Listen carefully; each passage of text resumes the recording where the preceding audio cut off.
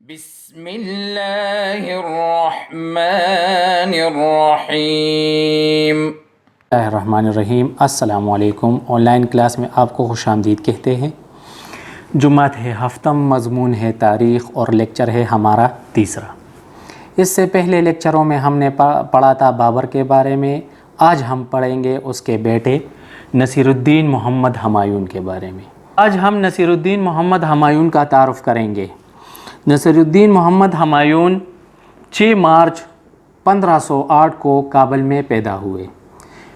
لڑکپن سے وہ اپنے والد بابر کے ساتھ سلطنتی امور میں ہاتھ بٹایا کرتا تھا، اس لیے اسے سلطنتی امور پر خاصی تجربہ حاصل تھا۔ اس نے پانی پت اور کنواہا کی لڑائیوں میں بھی حصہ لیا۔ جب بابر کی وفات ہوئی تو بھائیوں میں سب سے بڑا ہمایون تھا، اس لیے ہمایون کو تخت نشین کیا گیا۔ ہمایون 30 دسمبر 1530 کو آگرہ میں تخت نشین ہوا۔ تخت نشین ہوتے ہی ہمایون کو مختلف قسم کے سازشوں کا سامنا کرنا پڑا۔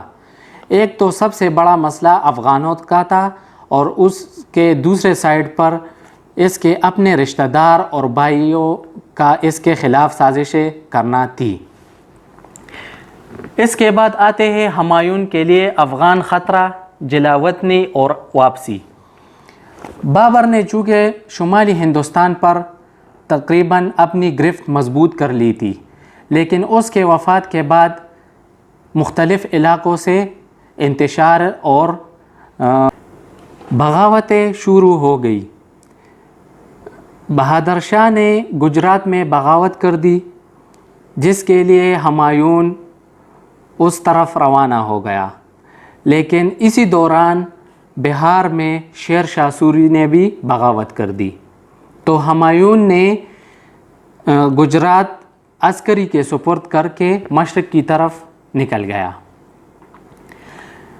جب بہادر شاہ نے یہ دیکھا تو اس نے موقع سے فائدہ اٹھاتے ہوئے گجرات پر قبضہ کر لیا۔ اسی طرح شیر شاہ سوری کے ہاتھوں 1539 میں چونسا اور 1540 میں کنوج کے مقام پر ہمایون کو شکست ہوئی اور ہمایون ایران میں پناہ لینے پر مجبور ہو گیا۔ ہمایون تقریباً 15 سال تک ایران میں اس نے پناہ لی۔ جب سوری خاندان آہستہ آہستہ کمزور ہو گئی تو ہمایون ہندوستان کو دوبارہ سے فتح کرنے کے لیے نکلا، تو 1555 میں سرہند کے مقام پر اس نے سکندر سوری کو شکست دے دی اور دوبارہ سے دہلی کے تخت پر قابض ہو گیا، لیکن یہ زیادہ عرصہ برقرار نہیں رہا، کیونکہ اس کے کچھ مہینوں بعد 1556 کو ہمایون نے وفات پائی۔ ہمایون نے فارسی ادب اور فارسی زبان کے لیے بہت خدمات سر انجام دیے۔ اچھا، اپنے ٹاپک کو ایک مرتبہ پھر ریپیٹ کرتے ہیں۔ نصیر الدین محمد ہمایون کا تعارف ہم نے پڑھا۔ اس کی پیدائش 6 مارچ 1508 کو کابل میں ہوئی۔